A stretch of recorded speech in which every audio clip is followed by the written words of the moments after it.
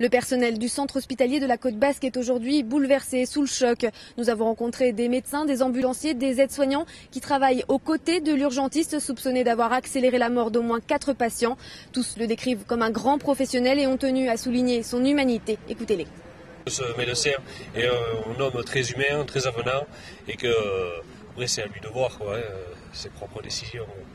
Cet homme-là n'est pas un assassin, non, loin de là. Voilà. C'est un homme juste. On a beaucoup de mal à penser à cette affaire parce qu'aucun de nous n'en est véritablement revenu. Parce que ce camarade, je crois qu'on peut l'appeler ainsi, est un garçon qui fait l'unanimité dans le sérieux de ses pratiques professionnelles. Et quelqu'un que l'on imagine à 100, à 1000 lieues de gestes tels que ceux qui lui sont reprochés.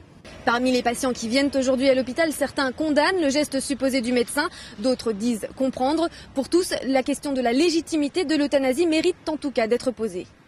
C'est malheureux à dire, mais enfin arriver à un stade, il faut savoir faire le choix aussi. Parce que laisser traîner aussi, c'est pas toujours évident. Alors, moi personnellement, je serais pour. C'est pas à lui à prendre directement la directive, si vous voulez.